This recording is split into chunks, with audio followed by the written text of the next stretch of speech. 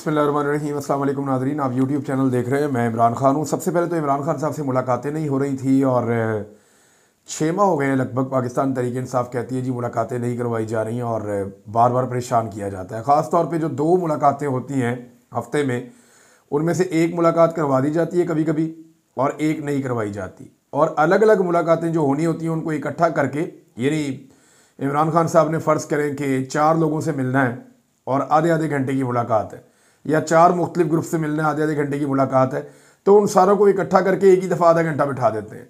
यानी मैं आपको मिसाल के तौर पे ये बता रहा हूँ, ये बात इमरान खान साहब की बहन ने भी बताई है। अब उन्होंने सबके साथ अलग अलग बात कर दी है।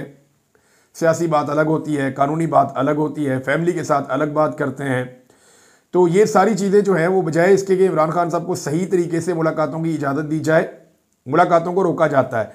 ये मामला बहुत सारी दरखास्तों की सूरत में लगभग 100 के करीब दरखास्तें बन गई थी और बहुत सारी अभी इस वक्त लगी हुई थी। तो ये दरखास्तें चली गई थी इस्लामाबाद हाई कोर्ट में, वहाँ पे इन सबको इकट्ठा कर दिया गया। और क्योंकि मुख्तलिफ जजेस सख्त ऑर्डर्स पास करने वाले थे, जस्टिस एजाज इसहाक खान साहब के हवाले से वो केस था, उन्होंने अपनी एक ऑफिसर को भिजवाया भी, जो अदालती ऑफिसर है उनको भिजवाया भी कि आप जाकर इमरान खान साहब से मुलाकात करें और उनसे पूछ कर आएँ। वो मामला भी रोक दिया गया। फिर सरफराज डोगर साहब ने एक लार्जर बेंच बना दिया जिस पे एतराज़ भी किया गया। बहरहाल वो एक लार्जर बेंच बन गया 3 जजेस का और उसने आज फैसला किया है। इमरान खान साहब की मुलाकातें जो है वो खोलने का हुक्मनामा जारी कर दिया अदालत ने, लेकिन वहाँ अजीबोगरीब चीज़ें हुई हैं। वहाँ पे एक शर्त रखी गई है। एक तो मुलाकातें अब इमरान खान साहब की हो सकेंगी, हफ्ते में 2 दिन हो सकेंगी, लेकिन एक बात हमें याद रखनी पड़ेगी कि मुलाकातों को इमरान खान साहब ये बार बार कहते हैं कि एस्टेब्लिशमेंट के लोग या एक कर्नल के बारे में वो कहते हैं कि वो जेल में बैठा हुआ है और वो मुलाकातों को ऊपर से अहकामात लेकर या तो रोक देता है या करवा देता है, और जो कुछ भी जेल के अंदर होता है उसके लिए जिम्मेदार इमरान खान साहब एक कर्नल को कहते हैं। अब ये मुलाकातों के लिए हुक्म तो जारी कर दिया इस्लामाबाद हाई कोर्ट ने और ये कह दिया लार्जर बेंच ने कि मुलाकातें करवाएं इमरान खान साहब की, लेकिन इसको मशरूत कर दिया। अब जो शर्त रखी गई है वो ये है कि इमरान खान साहब से जो लोग मिलेंगे, और ये पहले चीज़ें तय हो चुकी थी, SOPs बने हुए हैं कि इमरान खान साहब से जो लोग मिलेंगे सियासी लोग, वो बाहर आकर सियासी बयानात नहीं देंगे या इमरान खान साहब जो बातें उनको बताते हैं अंदर, वो बातें जेल के बाहर आकर खड़े होकर नहीं करेंगे। ये उन्होंने एक शर्त रखी है। सलमान अकरम राजा साहब ने फौरी तौर पर यह शर्त कबूल कर दी। उन्होंने कहा ठीक है, बिल्कुल हम बाहर आकर बात नहीं करेंगे, आप हमें ये इजाज़त दे दें। अब सलमान अकरम राजा साहब ने क्या कहा वो मैं आपको बता देता हूँ, पहले उनका आप स्टेटमेंट देख लें। सलमान अकरम राजा साहब ने कहा जी कि हम जेल के बाहर आकर जो भी इमरान खान साहब हमें बताएंगे वो नहीं बताएंगे। अडियाला जेल के बाद फौरी गुफ्तगू की ज़रूरत नहीं है। उन्होंने बाद में स्टेटमेंट जारी करते हुए कहा कि अडियाला जेल के बाहर फौरी गुफ्तगू की ज़रूरी नहीं है, या इमरान खान साहब से इन मुलाकातों की बहाली, यानी वो ये पूछ रहे हैं, सवाल की सूरत में उन्होंने पूछा कि अडियाला जेल के बाहर फौरी गुफ्तगू ज़रूरी है या इमरान खान साहब से उन मुलाकातों की बहाली जो अक्टूबर से नहीं हो पाई। बयानिया फौरी रद्द अमल नहीं। सेनेट और कौमी असम्बली मौजूद है, प्रेस कॉन्फ्रेंस कहीं और हो या टीवी पर मुकालमा हो, सब कुछ मुमकिन है। यानी वो कह रहे हैं कि जो इमरान खान साहब ने कहना है या जो हमें बताना है वो आवाम तक पहुंचाना हमारी जिम्मेदारी है। अगर हम जेल के दरवाजे पे खड़े होकर नहीं पहुंचा रहे तो हम थोड़ी देर के बाद प्रेस कॉन्फ्रेंस करके बता सकते हैं, हम किसी और ज़रिए से बता सकते हैं। हाँ, सोशल मीडिया के ऊपर बाकायदा बयान जारी कर सकते हैं, जैसा कि पाकिस्तान तहरीक इंसाफ का सोशल मीडिया जारी करता है। इमरान खान साहब का अपना ट्विटर हैंडल जो है उसके ऊपर सारी तफसीलात जारी होती हैं। ये भी एक बड़ा आसान तरीका है। उसके ऊपर कदगन नहीं लगाया जा सकता, उसको नहीं रोका जा सकता, ये भी एक तरीका है। हम मिसाली माहौल में नहीं जी रहे। उन्होंने ये कहा बहनों पर कदगन नहीं है, यानी इमरान खान साहब की जो बहनें जाके उनको मुलाकात करेंगी वो बाहर आकर बात कर सकती हैं, अपने भाई के बारे में बता सकती हैं, उनके ऊपर कोई कदगन नहीं है। ये सियासी लोगों पर या वकीलों के ऊपर यह पाबंदी है कि वो बाहर आकर ये बातचीत नहीं करेंगे। अब ये क्या शर्त जायज़ है, ये बहस छिड़ गई है। देखिए, सियासतदान सियासी बात करेगा ना। आज तक पेशियों के ऊपर आते हैं सियासतदान, वहाँ पे अपनी बात करते हैं, सियासी बात करते हैं। नवाज शरीफ साहब से जो लोग मिलकर आते थे वो कहाँ खड़े होकर बात करते थे, जहाँ दिल करता था बात करते थे। आज तक ऐसी शराइत किसी भी सियासतदान के लिए नहीं रखी गई जैसी शराइत इमरान खान साहब के लिए रख दी गई है। यानी जब बेनज़ीर भुट्टो जेल जाती थी मुलाकातों के लिए, वो हर तरह की बात बाहर आकर करती थी। उस दौर में इलेक्ट्रॉनिक मीडिया तो नहीं था, लेकिन अखबारी नुमाइंदे जो है वो जेल के बाहर मौजूद होते थे, वहाँ तस्वीरें बनती थी। क्या नवाज शरीफ साहब जब जेल में थे तब ये सब कुछ नहीं होता था? तो इमरान खान के लिए कवानीन को बहुत सख्त किया जाता है, ये बात हम सब जानते हैं। सुप्रिटेंडेंट अडियाला जेल ने हैरान कुन किस्म के जो है मुतालबात शुरू कर दिए अदालत के अंदर खड़े होकर उनके वकील ने। उन्होंने कहा ये जेल मुलाकातों को सियासी मकासद के लिए इस्तेमाल करते हैं। भाई तुम्हारा क्या ताल्लुक है सियासत से? वो सियासी मकासद के लिए इस्तेमाल करें, उसके केस ही सियासी नौयत के हैं, उसको जेल में ही सियासत की वजह से रखा हुआ है और वो सियासी ही मुलाकातें हैं तो सियासी मकसद के लिए ही इस्तेमाल होगी ना। एक सियासतदान है, वो अपनी पार्टी को अहकामात दे रहा है तो वो सियासत ही कर रहा है और बाहर आकर जो वो अहकामात लोगों को बताएंगे तो ये उसका हिस्सा है। वो कह रहे हैं जी ये जेल मुलाकातों को सियासी मकासद के लिए इस्तेमाल करते हैं। पीटीआई को इंटरव्यूज में भी इमरान खान से मुलाकात के बारे में बताने से रोका जाए, यानी पाबंद कर दें ये किसी टीवी चैनल पे बैठ के या किसी और जगह पे बैठ के भी इमरान खान साहब से मुलाकात के अंदर जो बातचीत होती है वो ना बताएं। ये मुतालबा है सुपरिटेंडेंट ऑफ जेल का, यानी पार्टी बना हुआ है। भाई एक साबिक वज़ीर-ए-आज़म आपके पास जेल में है, उसका एक पॉलिटिकल नुक्ता नज़र है, पूरी दुनिया उसको जानती है, पाकिस्तानियों की अक्सरियत उसके साथ खड़ी है, वो बात करता है बाहर आके बताएं ना। बल्कि वो कहते हैं जी आप टॉक शो में जाएं या किसी इंटरव्यू में जाएं, वहां पे भी ये बात ना करें कि इमरान खान साहब से क्या बात हुई थी। तो इस पर जो है वो हम इतनी पाबंदियां नहीं लगा सकते। जस्टिस सरफराज टोगर साहब ने जवाब दिया, हालांकि पाबंदियां तो बहुत लगा दी हैं लेकिन उन्होंने कहा इस लेवल तक नहीं जा सकते। बहरहाल ये शर्त के बावजूद कुछ तनकीद भी हो रही है, लेकिन मेरे ख्याल में अगर मुलाकातें खुल जाती हैं और इमरान खान साहब खुलकर अपने साथियों से बातचीत कर सकते हैं तो फिर ये फौरी तौर पर बाहर आकर रद्द-ए-अमल देने की बजाय ये बाद में भी हो सकता है। अब नईम हैदर पजूता साहब ने दावा किया कि जनाब ये अदालत का हुक्मनामा है, अदालत ने अभी हुक्म दिया है, मेरा नाम बाकायदा मौजूद है लिस्ट के अंदर जिन लोगों ने जाके इमरान खान साहब से मुलाकात कर दी और इमरान खान साहब ने बुलवाया हुआ है, तो मैं जाना चाहता हूं, मुझे नहीं जाने दे रहे, मुझे रोक दिया गया। तो अदालत के हुक्मनामे में तो अमल दरामद नहीं हुआ। मेरे ख्याल में अगर अमल दरामद नहीं होगा ना तो अगले 2-4-5 दिन के अंदर दोबारा पाकिस्तान तहरीक इंसाफ फिर अदालत में चली जाएगी, फिर दरख्वास्त डाल देगी और ये मामला ऐसे ही चलता रहेगा। दूसरी जानिब नाज़रीन, सलमान अकरम राजा साहब को ये हुक्म दिया गया कि वो कोऑर्डिनेटर हैं इमरान खान साहब के, तो वो नामों की लिस्ट फराहम किया करेंगे इमरान खान साहब से मुशावरत करके कि किसने मिलना है और किसने नहीं मिलना। नाज़रीन, जो अहमद नूरानी साहब के भाइयों वाला केस है वो भी इस्लामाबाद हाई कोर्ट में है और वहाँ पे बड़ी मायूसी का इजहार किया आज वकला ने और सहाफ़ियों ने कि अदालत ने इंसाफ नहीं दिया, यानी अभी तक कोई कार्रवाई नहीं हुई। मैं इस हवाले से कुछ तफसीलात जो रिपोर्ट हुई वो आपके सामने रख देता हूँ। एक तो आईजी को बुलाया जी और वो भी 2 दिन के बाद, यानी 26 तारीख को आईजी साहब पेश हो जाए ये कहा गया है और 2 दिन के बाद जनाब आईजी साहब आ जाएं। अहमद नूरानी साहब की जो वालिदा है वो बहुत उदास थी, बहुत परेशान थी। वो कह रही जी मैं कई दिन से सो नहीं पाई, ये पाकिस्तान है या फौजिस्तान है, हम 35-35 साल में बच्चों को 38 साल में बच्चों को पाल कर बड़ा किया और कोई आता है और 1 मिनट में हमारे बच्चे छीन कर ले जाता है। पाकिस्तान में दरिंदे रह रहे हैं, बच्चों की वजह से 3 दिन मजीद और हो गए, मैं सो नहीं पाई। उनकी वालिदा बात करते हुए रो पड़ी, वो वहाँ जज के सामने भी रो पड़ी, लेकिन इंसाफ उन्हें क्या मिला कि आईजी को तलब कर दिया गया 2 दिन के बाद। हालांकि वहाँ पे ईमान मजारी साहिबा जो वकील हैं वो बार बार ये कहती रही कि जनाब आप आईजी को तलब आज कर लें, आप आईजी को कल के लिए तलब कर लें, लेकिन अदालत ने 2 दिन का टाइम दिया और आईजी को बुलवाया है। इस मामले में भी कोई इंसाफ हो नहीं रहा। अहमद नूरानी के भाइयों को लापता हुए 1 हफ्ता हो चुका है और वजह बनी वो स्टोरी जो उन्होंने आर्मी चीफ साहब के हवाले से की है। अहमद नूरानी साहब ने ये स्टोरी की थी कि आर्मी चीफ के जो करीबी लोग हैं वो नवाजे गए हैं, ख़ास तौर पे एक हाजरा सुहेल साहिबा है, उनके बारे में स्टोरी की थी। बजाय इसके कि इंक्वायरी की जाए कि हाजरा सुहेल को इतनी तरक्की कैसे मिली, बजाय इसके कि इंक्वायरी की जाए कि ये किस तरह इतनी आगे बढ़ गई, किस तरह रूल्स को क्या फॉलो किया गया या नहीं फॉलो किया गया, या तो ये सारी चीज़ें चेक की जाती।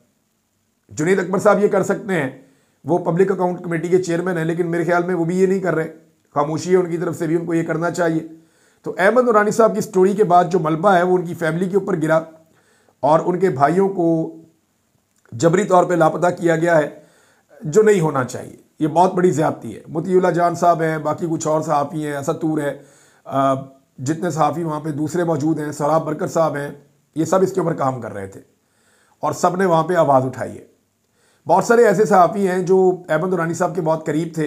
इनके बारे में मुतीउल्लाह जान साहब ने और दीगर दोस्तों ने ये कहा कि वो गए, बल्कि उनकी वालदा ने ये बताया, अहमद नूरानी की वालदा ने, कि जो अहमद नूरानी के दोस्त हैं, कुछ सहाफ़ी जो उनके साथ काम करते रहे हैं, वो मेरे पास आए और मुझे आकर उन्होंने कहा कि अहमद नूरानी को आप मना करें कि वो इस तरह की स्टोरीज़ ना करे या इस तरह की जर्नलिज्म ना करे जो वो कर रहे हैं, एंटी इस्टेब्लिशमेंट। तो ख़ुद भी वो एंटी इस्टेब्लिशमेंट का लिबादा उड़े हुए हैं वो सहाफ़ी, लेकिन वो जाके उनकी वालदा को कह रहे हैं कि उनको मना करें कि वो इस किस्म की जर्नलिज्म ना करें। तो उनकी वालदा ने कहा जाके खुद उसको समझा लो, तुम्हारा दोस्त है, मेरे बच्चे बाजियाब करवाओ। उन्होंने जज साहब ने पूछा कि नहीं मेरे बच्चों को कुछ हो गया तो कौन जिम्मेदार होगा, जिम्मेदारी किस पर होगी, पुलिस पर होगी, इस अदालत में जिम्मेदारी होगी, किस पर होगी। उसकी वालदा वहाँ पे रोती रही हैं, बहुत परेशान थी वो, मैंने उनके इंटरव्यू सुने हैं। अल्लाह ताला किसी माँ को ये तकलीफ़ ना दिखाए। हमारी माएँ ये तकलीफ़ अब देख रही हैं, बलोच माएँ या कबायली इलाकों में जो हमारी माएँ हैं वो ये तकालीफ गुज़िश्ता कई दहाइयों से देख रही हैं। उनके प्यारे लापता कर दिए जाते हैं, सालों के बाद उनकी लाशें फेंक दी जाती हैं और ये लगातार सिलसिला जारी है। आज मारंग बलोच ऐसी क्यों है, उसको भी अब जेल में डाल दिया गया है, उसको भी सज़ा दी जा रही है नाकर्दा गुनाहों की। वो तो सिर्फ आवाज़ उठाने का काम कर रही है। दहशतगर्दों को पकड़ें, उनके खिलाफ कार्रवाई करें। जो लोग जमहूरी तरीके से अपना आइनी हक मांग रहे हैं या वो लोग इंसानी हकूक़ के लिए निकल कर ये कह रहे हैं कि जबरी तौर पे गुमशुदगियाँ बंद की जाएँ, जुल्म और बर्बरियत ख़त्म किया जाए, जिनके मुतालबात जायज़ हैं उनके साथ तो बात करनी चाहिए। उन्हें उठाकर जेलों में डालने से आप ये करेंगे कि मज़ीद लोगों के हाथों में आप हथियार पकड़ा देंगे। रियासत क्या ऐसे डील करती है मामला से, मुझे तो हैरत होती है। नाज़रीन, सोहराब बरकत साहब हमारे बड़े अच्छे यंग जर्नलिस्ट हैं, बड़े शानदार जर्नलिस्ट हैं, बड़ा अच्छा काम कर रहे हैं, बहुत अच्छा बोलते हैं, उनके कॉन्सेप्ट्स बड़े क्लियर हैं और रूल ऑफ लॉ के लिए, जमहूरियत के लिए और आज़ादी इज़हार राय के लिए उन्होंने बड़ी आवाज़ उठाई है, इंसानी हकूक़ के लिए आवाज़ उठाई है।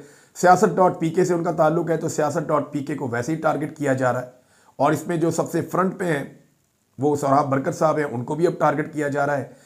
तो FIA ने उनको नोटिस देकर बुलवाया था। हम सबको इस बात का खदशा था कि उनको खुदा न खास्ता गिरफ्तार कर लिया जाएगा और उनके साथ ज़्यादती की जाएगी।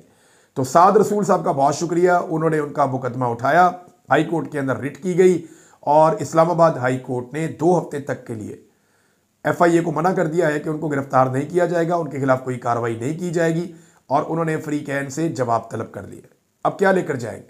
सोहराब बरकत ने ऐसा क्या किया? वो सच बोलता है इसलिए आपको बुरा लगता है, या वो जो बात कहता है वो इख्तलाफ राय के ज़ुमरे में आता है, या वो जो बात कहता है वो इस वक्त रियासत को या जो मौजूदा रजीम है जो जुल्म और बर्बरियत कर रहा है वो उसको सूट नहीं करता। तो अगर आपको नहीं सूट करता भाई तो बर्दाश्त करें। यही होता है जमहूरियत के अंदर, इख्तलाफ राय की गुंजाइश होती है, आज़ादी इज़हार राय होता है। आप किसी की राय को कुचल दें या किसी इख्तलाफ की बुनियाद के ऊपर आप किसी को कत्ल कर दें या जबरी तौर पर लापता कर दें या किसी को आप गिरफ्तार कर लें या किसी को आप जिल्लत और रुसवाई में डाल दें, तो ये तो कोई जमहूरियत नहीं है और पूरी दुनिया में इसके लिए गुंजाइश नहीं है। लेकिन पाकिस्तान ऐसा लगता है आज से 1-2 सदियाँ पीछे जी रहा है। पाकिस्तान की मिलिट्री एस्टेब्लिशमेंट को बात की समझ नहीं आ रही। नाज़रीन, आलिया हमजा साहिबा ने कामयाब शो किया है पंजाब में, ये अब सब मान रहे हैं। इसके बावजूद उन्होंने एक हुक्म जारी किया है पंजाब के हवाले से और ये बड़ी मेहनत कर रही हैं, क्योंकि देखें तमाम अजला में हमने रैलियाँ निकलती हुई देखी हैं लेकिन बहुत सारे लोगों ने गफलत बरती है। तो आलिया हमजा साहिबा उसके बारे में उन्होंने एक स्टेटमेंट जारी की। उन्होंने कहा जी हमारी 8 फरवरी वज़ीर आज़म इमरान खान रमज़ान प्रोग्राम्स के 15 दिन और अब 23 मार्च की पंजाब के हर डिस्ट्रिक्ट की तंजीमी ओहदेदार, हर मुंतखब MNA और MPA, टिकट होल्डर्स, सेनेटर्स, ख़वातीन और अक़लियत की मखसूस नशिस्तों वालों की रिपोर्टें हमने तैयार कर ली हैं। यही वो ये कह रहे हैं कि हमने सबकी रिपोर्टें तैयार की हैं, किसने क्या किया और किसने नहीं किया। 8 फरवरी के हवाले से हमारी जो कॉल थी उस पर क्या हुआ, जो रमज़ान के अंदर हमारे प्रोग्राम्स थे 15 दिन के लिए उनमें क्या हुआ, और 23 मार्च में जिन लोगों की जो ड्यूटियां लगाई उन्होंने क्या किया। वो कह रही है मैं बसद एहतराम आप सबसे मुखातिब हूँ, जो वज़ीर आज़म इमरान खान के नज़रिए का बोझ नहीं उठा सकता वो इस तहरीक से खुद अलग हो जाए, हमें कोई गिला नहीं, क्योंकि PTI में जवान क़यादत मौजूद है जो वज़ीर आज़म इमरान खान के लिए जान दे सकती है। उन्हें आगे आने का मौका दें। मेरे पाकिस्तानियों और PTI के गयूर कारकुनों, हमारी कॉल लीडरशिप के लिए नहीं होती, आम आवाम और पाकिस्तान हमारा मतमय नज़र है। आप PTI के असल लीडर और वज़ीर आज़म खान के हकीकी वारिस हैं। इस तहरीक में आपका लहू शामिल है। एजेंडा एक है, वज़ीर आज़म इमरान खान की रिहाई। ये आलिया हमजा साहिबा ने एक दफ़ा फिर तंबीह की है उन लोगों को जो लोग जानबूझ के गिरफ़्तार हो जाते हैं या जो लोग छापे छुपे पड़वा के गायब हो जाते हैं। पुलिस को थोड़े पैसे दे दिए, उन्हें कहा जी 1.5 छापा मार दो। पुलिस वाले आ जाते हैं 2-4 ढाले लेकर, छापा मारते हैं, सील करवा लेते हैं, तो एक ड्रामा सा क्रिएट कर लेते हैं ये लोग। इनके ऊपर कोई फस्तायत और सख्ती नहीं होती। ये लोग पुलिस के सामने लगे फिरते हैं, वीडियोज़ भी बना रहे होते हैं, कोई पूछने वाला नहीं होता। तो ऐसे लोगों को आलिया हमजा साहिबा ने कहा कि ये लोग अपना किबला दुरुस्त कर लें, अगर ये इमरान खान साहब के बयानिए का बोझ नहीं उठा सकते तो कोई मसला नहीं है, आप लोग अपने घर जाएं, हम आपसे गिला शिकवा नहीं करेंगे, नौजवान क़यादत को आगे आने दें, वो अपना खून भी दे सकती है। तो ये उन्होंने अब पैगाम दिया है आलिया हमजा साहिबा ने। नादरीन, साहबजादा हामिद रज़ा साहब ने जवाब दिया राणा सनाउल्लाह साहब के इस बयान पर कि इमरान खान साहब सच्चे दिल से माफ़ी मांग लें तो उनकी रिहाई मुमकिन हो सकती है। साहबजादा हामिद रज़ा ये कह रहे हैं कि किस चीज़ की माफ़ी, आपकी ख्वाहिश के मुताबिक तो माफ़ी नहीं मांग सकते। और ये सलमान अकरम राजा साहब ने भी कहा है कि अगर किसी को लगता है कि इमरान खान माफ़ी मांगेगा या कोई डील कर लेगा तो ये अब नामुमकिन है, इमरान खान ऐसा नहीं करेगा। और मेरे ख्याल में अब तो एस्टेब्लिशमेंट भी इस बात से मायूस हो गई है कि इमरान खान कोई माफ़ी मांगे या इमरान खान कोई डील कर दें। एस्टेब्लिशमेंट को इस बात का पता चल गया है कि इमरान खान साहब जो है वो कोई रास्ता तो निकाल सकते हैं, एस्टेब्लिशमेंट को कोई इज्जत का रास्ता तो दे सकते हैं कि जनाब इस तरीके से आप इस में से निकल जाएं और सियासत में से अपने आप को बाहर निकाल लें। लेकिन इमरान खान साहब ना तो कोई डील करेंगे, ना कोई माफ़ी मांगेंगे, ना एस्टेब्लिशमेंट के साथ कोई मामला तय करके अपनी सियासत ख़राब करेंगे या इस तहरीक को जो है वो डेड कर देंगे। इमरान खान साहब ऐसा नहीं करेंगे। उन्होंने कहा क्या नवाज शरीफ ने अजमल कसाब, कारगिल पर फ़ौज की पीठ में छुरा घोंपने, सुप्रीम कोर्ट पर हमलों, फ़ौज के साथ मिलकर हुकूमतें गिराने और नून लीग की फ़ौज के खिलाफ हर्जा सराई पर माफ़ी मांगी, डॉन लीग भी था। साहबजादा हामिद रज़ा साहब ने राणा सनाउल्लाह को कहा कि जनाब माफ़ियाँ तो तुसी भी नहीं मंगियाँ, आपने तो सीधी सीधी डील की थी, वो तो बंद कमरों के अंदर आपने माफ़ी मांगी थी, इमरान खान वो भी नहीं मांग रहा। तो साहबजादा हामिद रज़ा साहब ने यहाँ पे जवाब दिया है राणा सनाउल्लाह साहब को। एक बात की है बिलावल जरदारी ने। अब बिलावल जरदारी ने जो बात की है वो बड़ी इंटरेस्टिंग है। पहले वो बात आपको मैं सुनाता हूँ, फिर एक हकीकत मैं आपको बताता हूँ, और ये वो हकीकत है जो मिट नहीं सकती, मेरे पास इसका सबूत मौजूद है। बिलावल ने कहा कि भुट्टो आज भी गड़ी खुदा बख्श से राज कर रहे हैं। बिलावल का कहना है भुट्टो आज भी गड़ी खुदा बख्श से राज कर रहे हैं। मेरे ख्याल में राज वो कर रहे हैं जिन्होंने भुट्टो को शहीद किया था, और आज आप उनकी गोद में बैठे हैं, आपके एक हाथ में ब्रश और दूसरे हाथ में जूता है और सामने आपके पॉलिश पड़ी हुई है और आप धड़ाधड़ उनकी गोद में बैठ के पॉलिश कर रहे हैं। तो बिलावल साहब राज आज भी उनका है जिन्होंने भुट्टो को कत्ल किया था, भुट्टो को शहीद किया था, और आज आप उनके राज में उनके सहूलतकार हैं और आपकी कोई हैसियत नहीं है। मैं नाज़रीन आपको एक ख़बर सुनाता हूँ, और ये खबर जनाब बहुत पुरानी है, बिल्कुल नई खबर नहीं है, बहुत पुरानी खबर है। देखिए जी खबर क्या कह रही है। ये 17/3/1962 का अखबार है, यानी 17 मार्च 1962, और ये अखबार लिखता है कि नाक़िस जमहूरियत से डिक्टेटरशिप बेहतर है। ये जुल्फ़िकार अली भुट्टो का ऐलान है, अंदाज़ा कीजिए आप। उसमें वो ये कह रहे हैं कि पाकिस्तान में सदारती तर्ज़ हुकूमत को काम करने का मौका दिया जाए, पार्लिमानी निज़ाम नाकाम हो गया है। यानी भुट्टो पार्लियामेंट के खिलाफ साजिश कर रहा है और सदर अयूब और डिक्टेटरशिप की सपोर्ट कर रहा है, और वो ये कह रहा है कि नाक़िस जमहूरियत से डिक्टेटरशिप बेहतर है। अब मुझे ये बताएं कि ये है भुट्टो का हकीकत। यहाँ से भुट्टो ने अपनी सियासत शुरू की। ऐसा घटिया जुर्म तो इमरान खान ने कभी अपनी पूरी ज़िंदगी में नहीं किया। इमरान खान ने एक वक्त में कंप्रोमाइज़ किया और कुछ हद तक कंप्रोमाइज़ किया, लेकिन जब दबाव बढ़ा तो इमरान खान ने कहा जी मैं नहीं कंप्रोमाइज़ करता, उसने हुकूमत अपनी गिरा दी। ये इमरान खान है। जुल्फ़िकार अली भुट्टो ने लंबे अरसे तक कंप्रोमाइज़ किया, डिक्टेटरशिप को सपोर्ट किया, पार्लिमानी जमहूरियत को नाकाम करार दिया, और नाक़िस जमहूरियत से डिक्टेटरशिप बेहतर है, ये नारा जुल्फ़िकार अली भुट्टो ने लगाया और अखबारात के अंदर ये खबर छपी। अंदाज़ा कीजिए आप। लेकिन भुट्टो ने अपने दाग को, ये जो दाग भुट्टो के दामन पे लगे हुए हैं, भुट्टो ने इन दागों को अपने खून से धोया है। इसीलिए पाकिस्तानी आज भुट्टो की इज्जत करते हैं। तो क्या आप ये चाहते हैं कि हर लीडर इस दाग को अपने खून से धोए?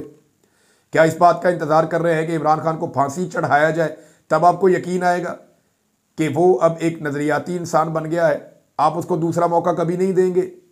नवाज शरीफ ने इस कौम को बार बार धोखा दिया, लेकिन हमारे बहुत सारे जो दानिश्वर हैं वो ठंडी बेशर्मी के साथ ये कह देते हैं कि नवाज शरीफ तो सियासत कर रहा है और ये सियासी हिकमत अमली है। भाई आध दर्जन मरतबा उसने एस्टेब्लिशमेंट के खिलाफ तहरीक खड़ी करके इनकलाबी बन के कौम को ट्रक की बत्ती के पीछे लगाकर हमेशा डील कर ली। तो वो नवाज शरीफ सियासत कर रहा है और इमरान खान जिससे एक मरतबा कंप्रोमाइज हो गया और उस पर उसने खुद कहा कि मुझे पछतावा है और यह गलत हो गया मेरे से, और उस पछतावे की वजह से उसने अपनी हुकूमत भी गिरा दी, उस शख्स के ऊपर कोई एतबार करने को तैयार नहीं है। 3 साल से मार खा रहा है। पाकिस्तान की तारीख की सबसे मुश्किल जेल इमरान खान साहब भुगत रहे हैं, लेकिन इसके बावजूद वो अपने मौक़िफ़ से नहीं हटा। नादरीन, शेर अफजल मरवत साहब ने एक स्टेटमेंट दिया। मरवत साहब का ये स्टेटमेंट जो है वो इमरान खान साहब के ऊपर उन्होंने तनकीद की है। वो ये कह रहे हैं कि पीटीआई में सिर्फ जूते चाटने वाला काबिल कबूल है, यानी इमरान खान साहब ने वो लोग रखे हुए हैं जो जूते चाटने वाले हैं। मेरी खान से हमेशा तू तकार रहती है। हल्फन कहता हूं, बैरिस्टर गौर से पूछ लें, मैंने खान से कहा खुदा के लिए किसी एक फैसले पर तो डट जाएं। आज एक फैसला करके कौम को सुनाते हैं, परसों बदल लेते हैं। तो इमरान खान साहब पे अब आहिस्ता आहिस्ता शेर अफजल मरवत साहब ने तनकीद शुरू कर दी है। आने वाले दिनों में आप अगर शेर अफजल मरवत साहब को इमरान खान साहब ने वापस ना लिया तो आप बहुत कुछ और होता हुआ भी देखेंगे। शेर अफजल मरवत साहब को उनके दोस्तों ने खामोशी का मशवरा दिया था, लेकिन मुझे लगता है उनकी बस हो गई है और उन्हें लगता है कि अब वो और इंतज़ार नहीं कर सकते। फजल रहमान साहब ने एक बड़ी खौफनाक हकीकत बताई है। देखें, डॉक्टर मारिक बलोच जो है उनको अभी अरेस्ट किया हुआ है और जेल में रखा हुआ है। पूरे बलूचिस्तान में एहतजाज हो रहा है। बलूचिस्तान के बेशतर इलाके बंद हैं और एक पहिया जाम हड़ताल की सूरत हाल है। कोयटा में कुछ हद तक हुकूमत ने कंट्रोल किया है, बाकी जगहों पे कंट्रोल नहीं हो रहा। ऐसे में फजल रहमान साहब का बड़ा खौफनाक स्टेटमेंट है और ये सबकी आंखें खुलनी चाहिए। उन्होंने खबरदार किया है कि बलूचिस्तान में बलोच अक्सरियत इलाका इस पोजीशन में आ चुका है कि पाकिस्तान से अलहदगी का ऐलान कर सकते हैं।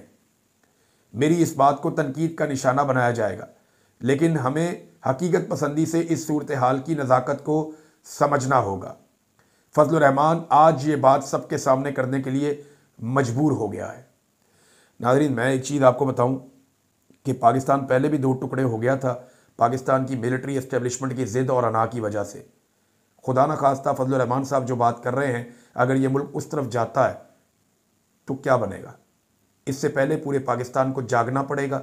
सारे सियासतदानों को इकट्ठे बैठकर इस मसले का हल निकालना पड़ेगा। अब तक के लिए इतना ही। अपना ख्याल रखिएगा, अपने इस चैनल का भी। अल्लाह हाफिज़।